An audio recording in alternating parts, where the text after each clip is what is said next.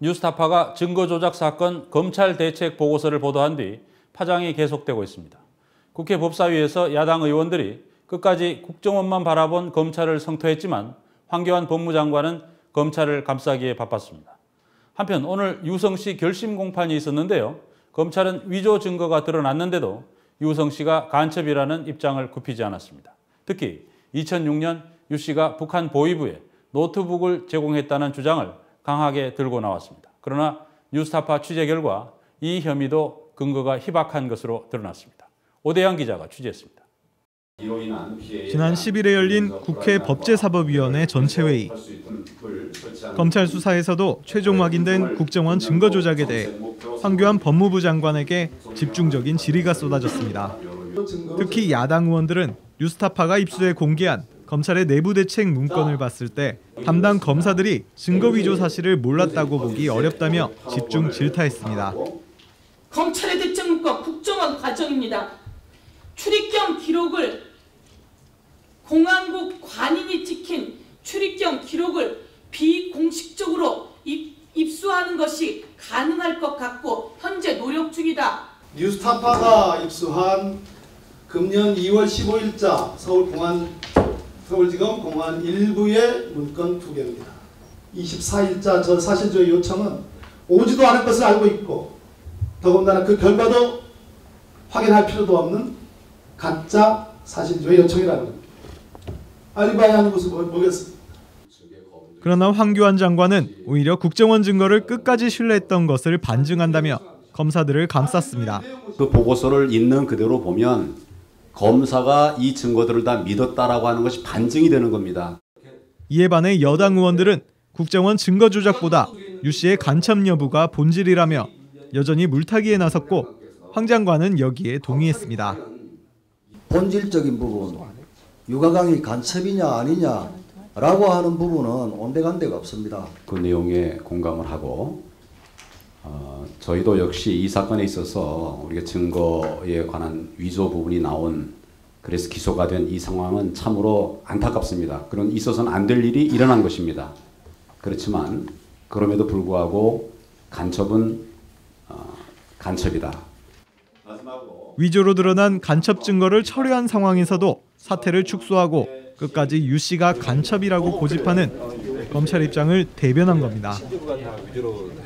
취재진은 사상 초유의 증거 위조 사태에도 담당 검사들에게 별다른 조치를 취하지 않고 계속 재판을 맡긴 이유 등을 물었지만 핵심 증거가 황 장관은 구체적인 답변을 피했습니다. 보통 이런 경우 되면 공식적인 그런 경로로 필요한 얘기들을 합니다. 검찰은 오늘 서울고법에서 열린 유우성 사건 결심 공판에서도 유우성 씨가 간첩이라는 주장을 굽히지 않았습니다. 검찰은 유우성 씨가 간첩이라고 한 여동생 유가려 씨의 진술이 자유로운 상태에서 나온 것이라고 주장했습니다. 유가려 씨의 진술 대부분이 사실과 다른 것으로 드러났는데도 검찰은 여전히 같은 말을 반복한 겁니다. 검찰은 특히 결심 공판에서 유우성 씨가 북한 보위부 간부에게 노트북을 제공했다면서 국가보안법상 편의제공죄를 범했다고 강조하고 나섰습니다. 그러나 변호인 측은 이 주장 역시 사실과는 동떨어진 것이라고 반박했습니다. 유우성 씨는 지난 2006년 어머니가 돌아갔다는 비보를 듣고 장례식에 참석하기 위해 북한을 다녀왔습니다. 당시 유 씨는 중국 국민증이 있는 화교였기 때문에 정상적으로 발행된 통행증으로 출입했습니다. 그런데 2009년 국정원이 유 씨를 수사하기 시작했습니다. 초점은 탈북자가 어떻게 북한을 무사히 다녀올 수 있었냐는 것이었습니다. 탈북자 신분으로 한국에 정착하기 위해 그때까지 화교라는 사실을 숨기고 있던 유 씨는 중국 국민증으로 다녀온 사실을 감추고 북한 보위부에 뇌물을 줘서 들어갈 수 있었다고 답변했습니다. 화교라는 사실을 숨길 수밖에 없었죠. 그 당시에는 2009년도에는 그래서 이제 화교라는 사실을 숨기기 위해서 위조통행증이고 그다음에 위조통행증의 대가를 제공했다. 이런 식으로 말을 할 수밖에 없었습니다. 북한 보위부에 노트북을 제공했다는 것은 지어낸 얘기였다는 겁니다. 당시 국정원과 검찰도 이 부분을 문제 삼지 않고 그냥 넘어갔습니다. 그러나 검찰은 지난해 유우성 씨를 국가보안법 위반으로 기소하면서 노트북 제공을 다시 꺼내 국가보안법상 편의 제공 혐의도 넣었습니다. 1심 재판부는 이 부분에 대해 무죄를 선고한 바 있습니다. 그런데 검찰은 항소심 재판 과정에서 핵심 증거가 모두 위조된 사실이 드러나자 이 사안을 다시 부각시켰습니다. 검찰이 내놓은 증거는 2009년 수사 당시 유우성 씨가 스스로 그린 노트북 그림, 그리고 그 노트북을 중국에 보낼 때 작성됐다는 우체국 발송대장입니다. 발송대장에는 무게가 2169g이라고 기재돼 있고 그림에는 가방, 충전기, 마우스를 함께 보냈다고 돼 있습니다. 유우성 씨가 당시 노트북을 보냈다는 우체국입니다. 검찰이 증거로 내세운 발송대장에 기재된 무게가 과연 노트북 무게가 맞는지 검증해보기로 했습니다. 실제 보냈다는 것은 2006년 제조된 도시바 14인치 노트북이지만 구할 수 없어 그보다 가벼운 2009년형 14인치 노트북을 이용했습니다. 항공편으로 가는 EMS 우편에는 배터리를 넣을 수 없어 빼고 재니 노트북 본체만 1.8kg이었습니다.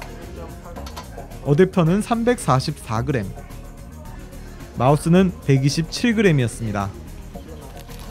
가방에 넣고 포장 박스에 넣어 무게를 재봤습니다. 3.6kg입니다. 발송대장에 표시된 2169g보다 1500g 정도 더 무겁습니다. 실제 2006년형 도시바 노트북의 무게는 2009년형보다 더 무겁습니다. 2.2kg이라고 되어 있습니다. 2006년도 8월 이전에 나온 그 도시바 노트북 자체의 무게가 2.2kg, 2.3kg 되었습니다. 근데 이제 유우성 씨가 보낸 소포 무게가 포장까지 다 해서 2.169kg이었거든요. 그러니까 노트북을 포장한다면은 그런 2.169kg의 소포 무게가 나올 수가 없습니다. 게다가 의문은 발송대장이 있으면 찾을 수 있는 기표지를 왜 검찰이 제시하지 않았냐는 겁니다. 기표지만 있으면 우편으로 보낸 내용물이 뭔지 알 수 있습니다. 실제 노트북을 보냈는지 아닌지 바로 확인이 가능했다는 말입니다. 기표지는 2009년 수사 당시 대전시 법동 우체국에 보관돼 있었습니다. 국제 등기 우편물 접수 대장과 EMS 기표지는 3년 동안 보관하게 돼 있고 2009년도 6월 30일에는 2006년도 8월 20일 날 접수된 것은 현존에 해당 법동 우체국에 현존에 있다고 봅니다. 그런데도 국정원은 왜 당시에 내용물이 포함된 이 기표지를 증거로 내지 않았을까? 기표지에 보면 누가 누구에게 보내고 무엇을 보내고 몇 킬로고 보냈는데 얼마가 들었다는 상세한 물품 내역이 나옵니다. 그때 획득의 핵심이 분명한데 그거는 제출을 아예 안 하고 있습니다. 검찰은 유 씨가 노트북을 보위부에 보내 국가보안법상 편의를 제공했다는 혐의는 2010년 수사 당시에 기소하지 않았습니다.